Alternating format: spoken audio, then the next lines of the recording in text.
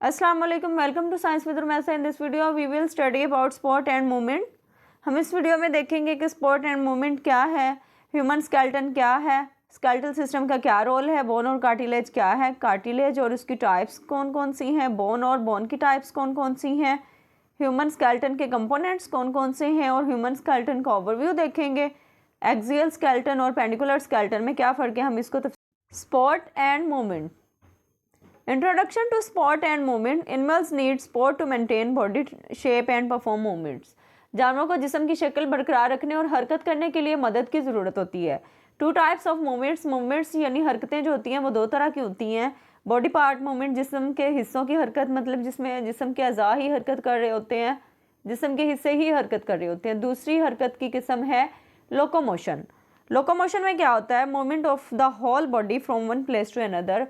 जिस्म की एक जगह से दूसरी जगह हरकत, मतलब कि पूरे का पूरा जिस्म ही, जैसे हम चल के एक जगह से दूसरी जगह पे जा रहे होते हैं तो हमारा पूरा जिस्म ही जा रहा होता है ना, एक जगह से दूसरी जगह मूव कर रहा होता है, तो इसको कहते हैं locomotion. Human skeleton. The human skeleton is a framework of hard articulated structures that provides support to the body, gives attachment to skeletal muscles and protects internal organs।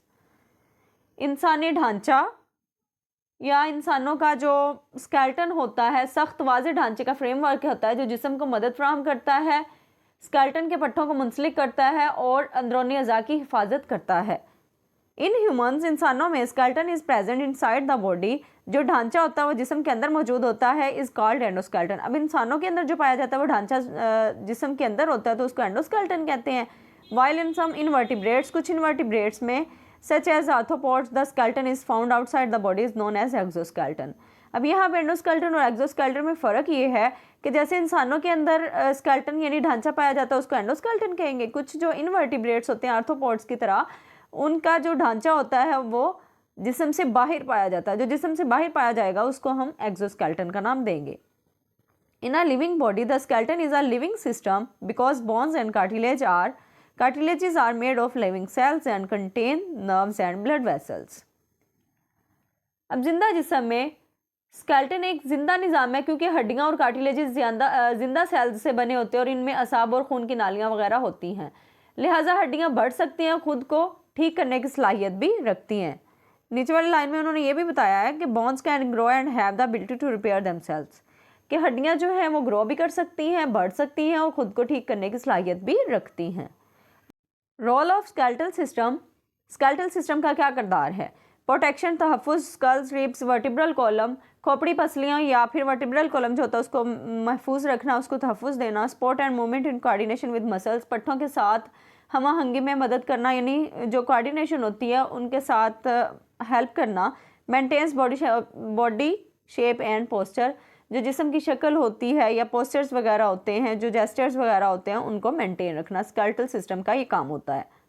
Bone and cartilage. अब bone and cartilage में क्या फ़र्क है।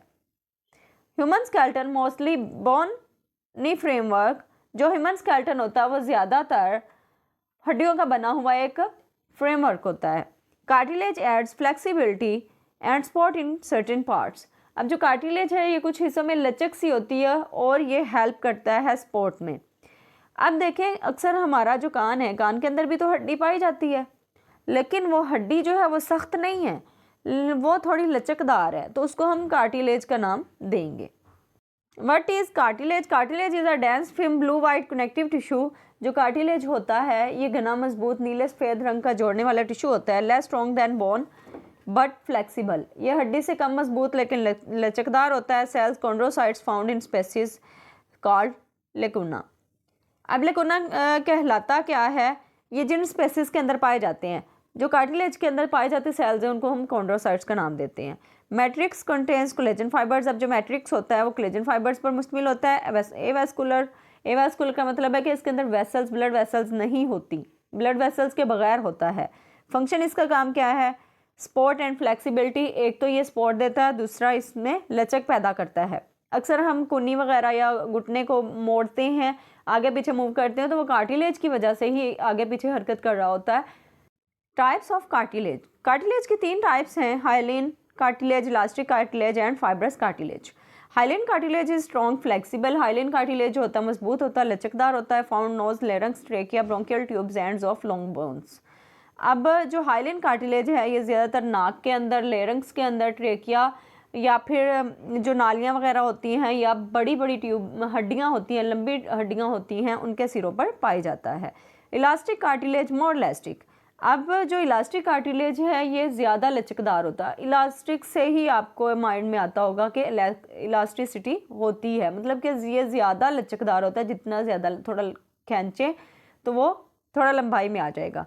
ये ज़्यादा लचकदार होता है। फाउंड एपिग्लोटिस पिन्ना, ये पिन्ना में या फिर एपिग्लोटस वगैरह में पाया जाता है। Fibrous cartilage very tough, legs flexible, ये थोड़ा सख्त होता है मगर लचकदार कम होता है। फाउंड इन इनवर्टिब्रल डिस्कस, ये इनवर्टिब्रल डिस्कस में पाया जाता है।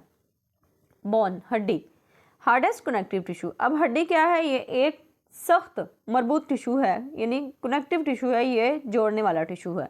इसके फंक्शंस क्या हैं? प्रोवाइड्स सपोर्ट एंड प्रोटेक्शन, इसका काम है कि मदद और तहफ़्फ़ुज़ फराहम करना। Produces red and white blood cells, ये सफ़ेद और सुरख जो खून के सेल्स होते हैं वो पैदा करता है। स्टोर मिनरल्स, ये मादनियात को भी ज़ख़ीरा करता है। टाइप्स ऑफ बोन, हड्डियों की इकसाम। हड्डियों की दो तरह की इकसाम है, कम्पैक्ट बोन और spongy bone. Compact bone hard outer layer provides strength and support. Compact bone सख्त बिरौनी तय होती है, ताकत और मदद फ्राहम करती है। Spongy bone soft porous interior, जो हड्डी और वो नरम नरम सी होती है थोड़ी। Contains bone marrow and blood vessels, इसमें बोन मैरो और खून की नालियाँ वगैरह होती हैं।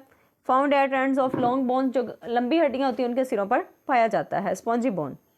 Components of human skeleton, human skeleton के अज्जा क्या हैं? ह्यूमन स्केलेटन के कंपोनेंट्स कौन कौन से हैं वो हम देखते हैं। Human skeleton overview. अब ह्यूमन स्केलेटन का हम ओवरव्यू लेते हैं, मतलब एक जायज़ा लेते हैं। Total bones in adult human, एक जो नौजवान इंसान होता है उसके अंदर जो टोटल हड्डियाँ पाई जाती हैं उनकी तादाद 206 है, जो कि वो दो तरह के स्केलेटन में, मतलब एक्सियल स्केलेटन में डिवाइड हो जाती हैं और अपेंडिकुलर स्केलेटन में डिवाइड हो जाती हैं। अब जो एक्सियल स्केलेटन है उसमें 80 बोन्स पाई जाती हैं, जबकि अपेंडिकुलर स्केलेटन में 126 यानी 126 हड्डियाँ पाई जाती हैं।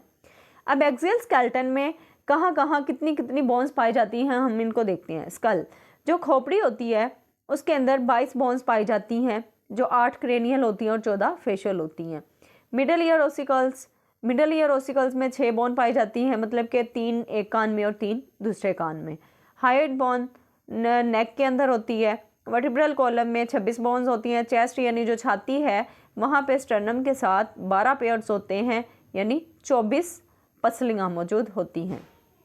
पेंडिकुलर स्केलेटन, पेक्टोरल गिडल और पेल्विक गिडल। अब पेक्टोरल गिडल जो है उसमें शोल्डर आ जाता है, उसमें 4 बोन्स पाई जाती हैं, जो कि आपको इस इमेज में लेबल की हुई भी नज़र आ रही होंगी। आर्म्स यानी बाजुओं में भी 6 बोन्स होती हैं, 6 हड्डियाँ होती हैं। हैंड्स, हाथों में 54 हड्डियाँ पाई जाती हैं, दोनों हाथों में। पेल्विक गिडल में आ जाते हैं हिप्स वगैरह, उसमें 2 बोन्स आती हैं। लेग्स यानी टांगे जो हैं, टांगों में भी 6 हड्डियाँ हैं। फिट, पाँव जो हैं, दोनों पाँव में 54 हड्डियाँ पाई जाती हैं। उम्मीद करती हूँ आज का टॉपिक आपको अच्छी तरह समझ आ गया होगा। मज़ीद 9th और 10th क्लास के बायो के लेक्चर्स के लिए, इन्फॉर्मेटिव वीडियोज़ के लिए मेरे चैनल को ज़रूर सब्सक्राइब कीजिए। लाइक, शेयर, कमेंट करना मत भूलिएगा। अल्लाह हाफिज़।